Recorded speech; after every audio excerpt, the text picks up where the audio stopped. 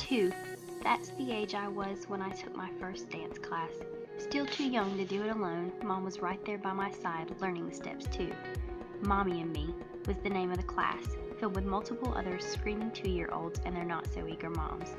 I don't remember that day exactly, of course, but I can tell you that if it weren't for that day, I wouldn't have returned to that same studio 3 times a week for the last 15 years. Anyone in my family could have told you I was going to be a dancer, and I wasn't given the option to do otherwise either. The art that is dance has brought me many opportunities and taught me multiple lessons, especially the first time I was in charge of putting together a dance on my own. The commitment to mandatory practices and dedication to attendance during the week, the non-stop rehearsals and stamina runs, all just to have the perfect pieces for the few competitions and the big recital at the end. What exactly could any of this have to do with my learning?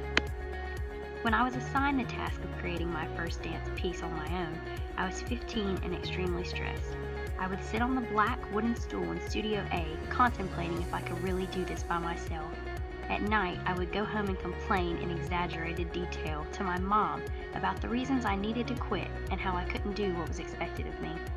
Mom, being the optimistic person she is, never let me go through with quitting though. She told me to put every bit of knowledge I had gained from my dance experience into the task that was set in front of me. So I dedicated my time and effort into putting together the perfect piece that I thought was bound to win over the judges. I was able to perform at both intimidating competitions and also at the end of the year recital. I overcame the struggles that I faced, and now with confidence I continue to help other teachers and students with the same process.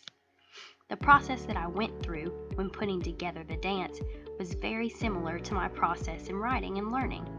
The cleaning of a dance is a lot like the revision of an essay.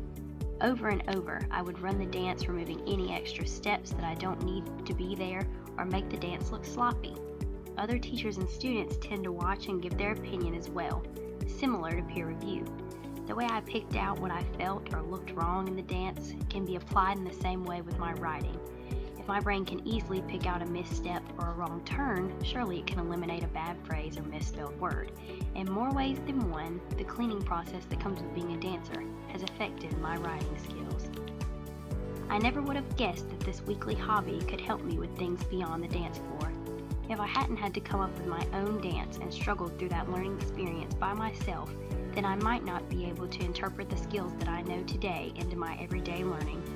Between the cleaning, technique, and my own personal dance rubric, I've managed to find a compromise between my sport, my writing, and my learning. If I can come up with a dance that meets every expectation and pleases the audience, then I can compose a piece of writing that does just the same. I realize now that if I had given up on myself then, I might not have the same mindset about learning as I do now. Writing that first word on a sheet of paper is all the same as sounding out that first tap step. Take it from a dancer's perspective.